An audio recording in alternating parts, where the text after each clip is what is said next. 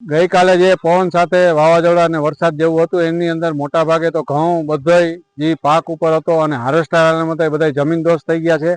એના સિવાયના લસણ ડુંગળીના પાક અને મકાઈ છે, જવાર છે, બધું જ હુરાવી દીધું છે. શેરડીનો પાક, કેળાની અંદર પણ કેળાના પાકના બગીચામાં સારી એવી નુકસાની છે. ના, એ પાક ઉપર જ હતો બધાય. આ બધાય જે કઈ પાક છે એ બધાય અત્યારે પાક ઉપર લેવાની અણી ઉપર જ હતા, એટલે હવે એમાં કાંઈ સુધારો થાય નહીં.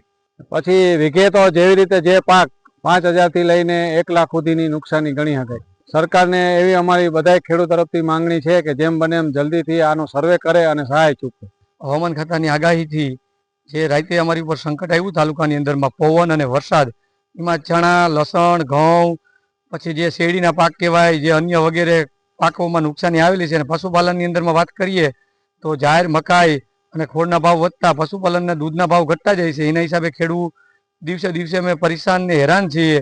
તો આવનારા દિવસોમાં છેલ્લા 5 વર્ષથી અમે એટલી હેરાનગતિમાં છે કે ધિરાણ કે કોઈ ખેડૂત એટલો કર્જામાં ડૂબી ગયેલો છે કે આવી નવી આફત આવ્યા રાખે. તો અમે રાજ્ય સરકાર અને કૃષિ મંત્રાલયથી અમારી એવી માંગ છે કૃષિ મંત્રીને કે ઘઉં અત્યારે અમારા બધા ઢરી ગયા છે અને ઘણા પાકોમાં નુકસાની છે, એની વળતર તાત્કાલિક અમને ચૂકવે અને સરકારે અમને મદદ કરવી જોઈએ. ખેડૂત અમે કરજમાં ડૂબતા જઈએ છીએ.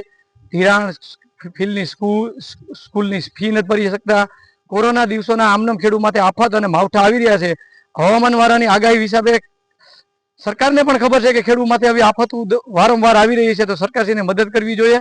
અને અમારો એવો સંદેશ છે કે રાજ્ય સરકાર અને કૃષિ મંત્રી અમને મદદ કરે.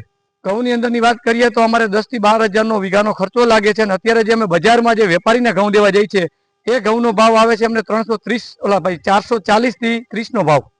તો એમાં ખેડૂતોને કંઈ ઉત્પાદન મળતું નથી અને ભાવ કંઈ અમને એટલો મળતો નથી.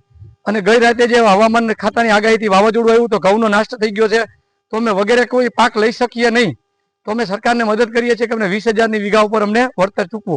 સરકાર પાસે અમારી માંગ છે કે વીઘામાં ઘઉં હોય, ચણા હોય, જેને જે ઉત્પાદન થતું હોય સર્વે કરીને અમને સરકાર અમને વળતર આપે અને જેટલી નુકસાની હોય એ જ રીતનું વળતર આપે. અને સર્વે સરકાર કરીને અમને વળતર આપે જ છે.